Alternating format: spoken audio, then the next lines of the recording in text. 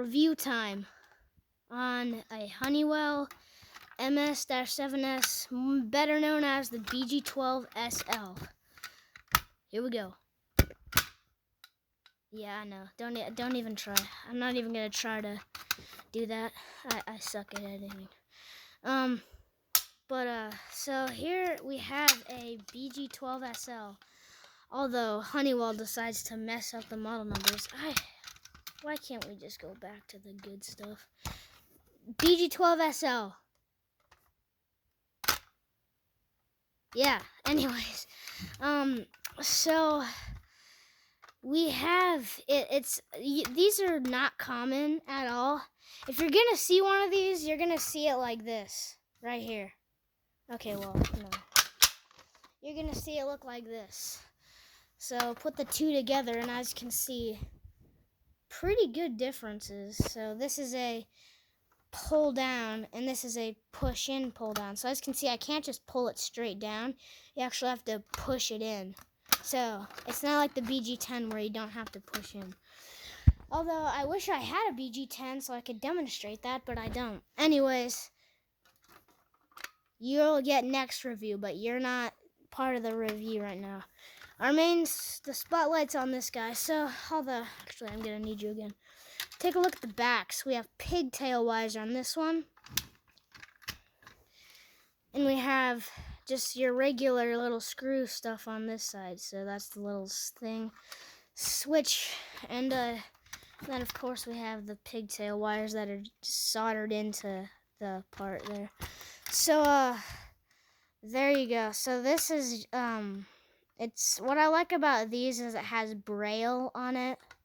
So for like blind people, like there's Braille on it, and then when you pull it down, it says activated with little sound symbols. And then resetting it's really easy.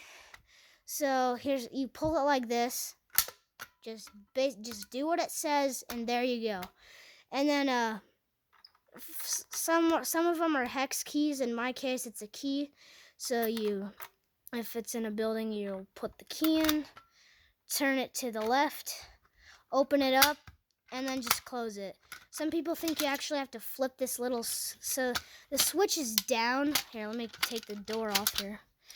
When you see how it says activated, when you pull the alarm, this switch gets flipped down. And some people think you actually have to manually flip it back up. No, you don't. When you when you put this on and then you shut it, it actually flips the switch up for you, which I think is kind of a nice feature. So yeah, and let me put the door back on. Oh, fail. So let me put the door back on. There we go. So there you go. That's the review. Honestly, really good pull station. Very good first alarm. The first alarm I ever got, if you're wondering, is this. It's a Gentex 280-0030. It's my school's old fire alarm system, So they have Gentex Commander 3s now, and this was their old one. So this is making me believe that this is a horn strobe, because it's a school, so I would want a horn strobe in there, I'm just saying. And they're the Gentex Commander 3 horn strobes, if you're wondering. But the one thing I don't like about these is the doors fall off really easily. And also, if you're wondering why there's not a little lock thing here, it's because it fell off. And you can see how good I was at super gluing it, and I totally fixed the problem. I'm such a good worker, aren't I? Anyways.